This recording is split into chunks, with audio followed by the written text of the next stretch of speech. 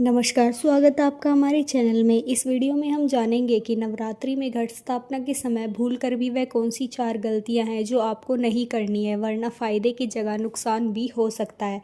साथ ही जानेंगे कलश स्थापना के लिए ज़रूरी सामग्री क्या है।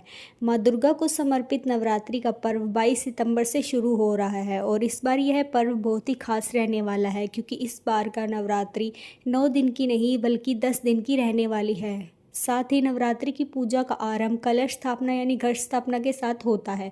घट स्थापना के दौरान कुछ विशेष नियमों का पालन करना बेहद ही ज़रूरी होता है। चलिए जान लेते हैं घट स्थापना का मुहूर्त। शारदीय नवरात्रि 22 सितंबर से शुरू हो रही है। इस दिन घट स्थापना के 2 शुभ मुहूर्त है। पहला सुबह 6:09 से लेकर सुबह 8:06 तक। दूसरा मुहूर्त है अभिजीत मुहूर्त, जो सुबह 11:50 से लेकर दोपहर 12:38 तक रहने वाला है। इन दोनों में से किसी भी मुहूर्त घट स्थापना कर सकते हैं, लेकिन घट स्थापना के दौरान कुछ जरूरी नियमों का पालन करना जरूरी है। चलिए जान लेते हैं वे कौन सी 4 गलतियां हैं जो आपको इस दिन नहीं करनी है। पहला, घट स्थापना से पहले पूजन स्थल की साफ सफाई सुनिश्चित करें। इसके बाद कलश स्थापित करने से पहले देख ले कि वो अंदर से साफ हो, यानी उसमें मिट्टी या किसी तरह की कोई गंदगी ना हो। कलश के आसपास साफ सफाई का विशेष ध्यान रखें। रसोई या टॉयलेट के पास कलश स्थापना ना करें।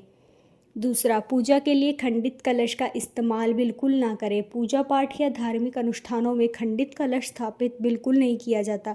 एक बार अगर कलश स्थापित हो जाए तो उसे पूरे नवरात्र माता की चौकी के पास से ना हिलाएं। इस कलश को अपवित्र हाथों से कभी नहीं छूना चाहिए।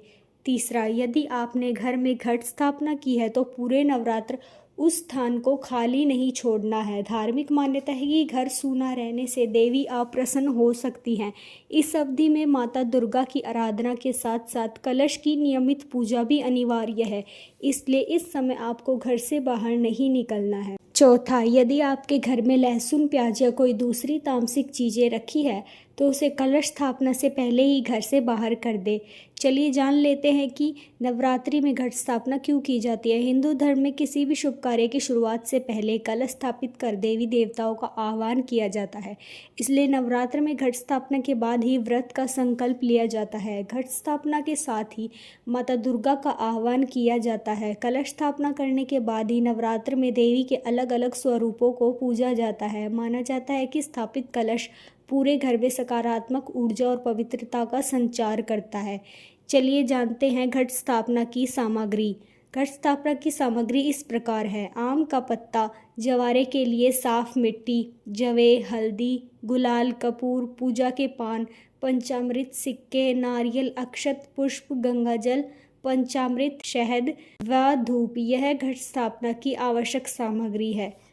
यह वीडियो आपको कैसा लगा हमें कमेंट करके ज़रूर बताएं। साथ ही आप नवरात्रि व्रत के और नियम जानना चाहते हैं तो ज़रूर बताएं। धन्यवाद।